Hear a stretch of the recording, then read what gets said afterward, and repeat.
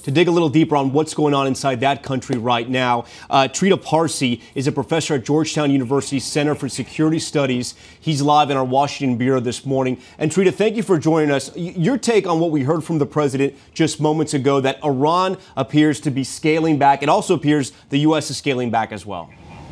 That's the point. You know, both countries are essentially standing down, but the problem is that the conflict actually continues. So the type of a lower scale confrontation and agitation between the two sides will continue. It's just that they walked back from the brink of allowing it to escalate into a completely open, full-scale war. But the danger to go back to this point is still there unless there actually is some real de-escalation, meaning some form of diplomacy, perhaps mediation. And we heard nothing from Trump in that speech that he's signaling any openness to that. There had been conflict ramping up over the past 6 months.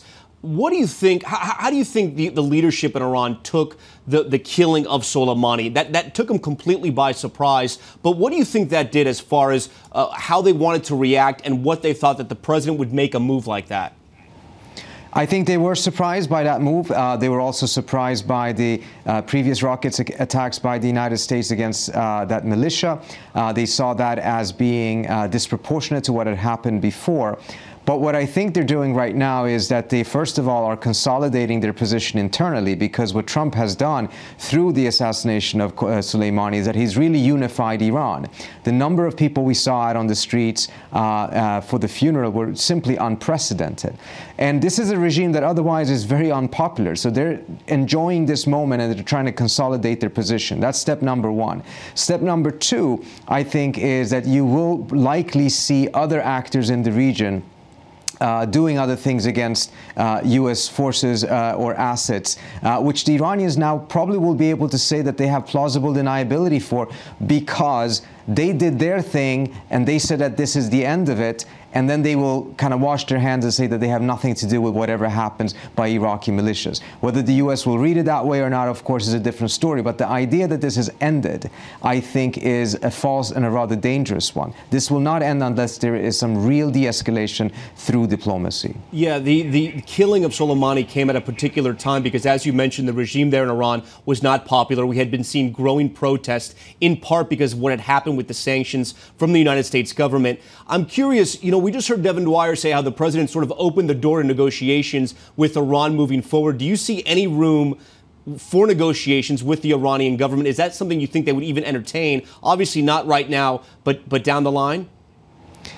Trump has signaled openness for negotiations in the past as well. The problem is that every time he does it, he also makes it more difficult. So, for instance, when President Macron of France was trying to get something for the Iranians and the Trump administration to agree on, and a smaller deal that would just reduce tensions, the challenge was that Trump wanted to have a photo op, and he wanted to have it before there was any deal. And that's just not the way diplomacy works.